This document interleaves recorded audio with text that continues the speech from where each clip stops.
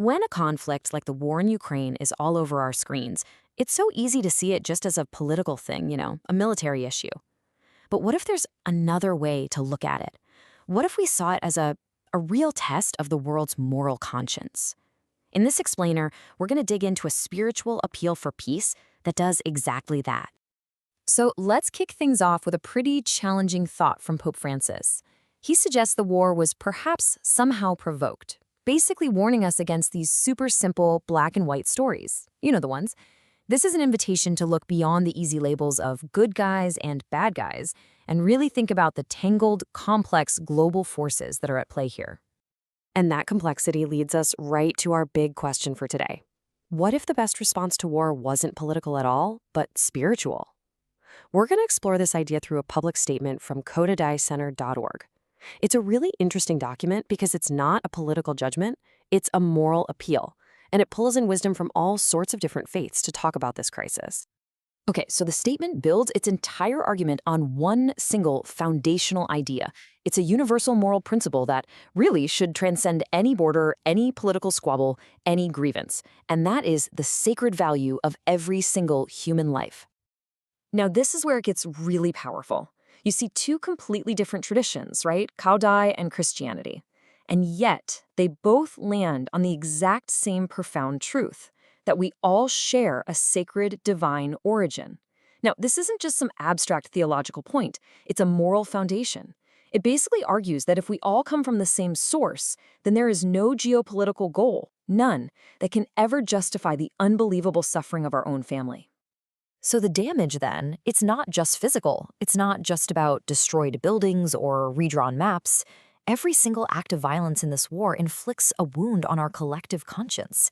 It's like it's tearing away at the very moral fabric that holds all of us together. So, with that foundation set, the statement then builds into these really specific and I have to say, balanced appeals for each party in the conflict. This is not about pointing fingers and assigning blame.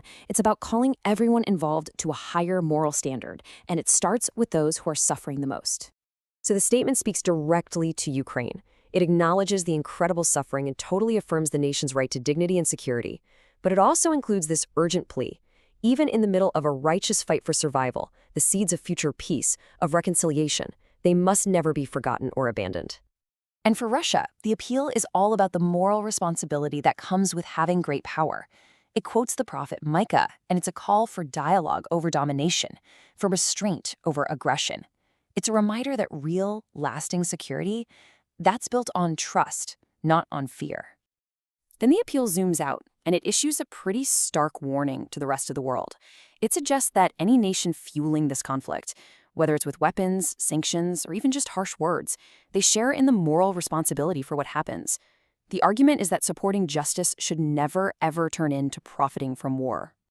And just to drive this universal message home, the statement brings in this amazing chorus of wisdom from other world religions. And you can see the common thread, right? Buddhism talks about choosing compassion over hatred. Islam says that saving just one life is like saving all of humanity.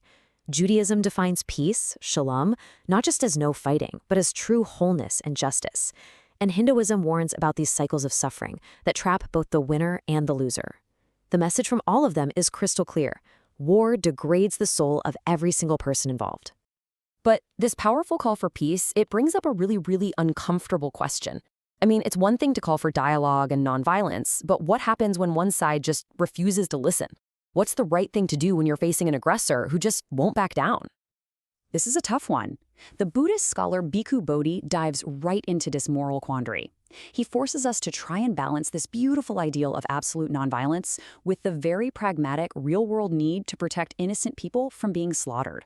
And believe me, there are no easy answers here. To help us get our heads around this tension, he offers two ethical frameworks. The first is the liberative path. This is for someone seeking ultimate enlightenment. It's an absolute commitment to non-harming, even if it means you have to die rather than kill.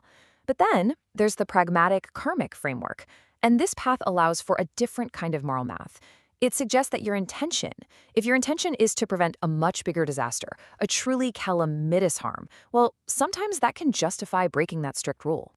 And that leads to a pretty sobering conclusion.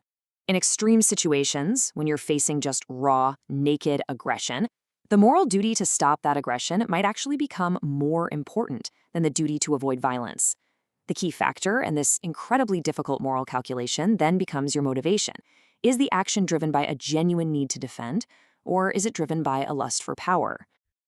Okay, so with this incredibly complex moral landscape in mind, where do we even go from here? What's the actual path forward that acknowledges both the high spiritual ideal and the difficult, messy reality on the ground?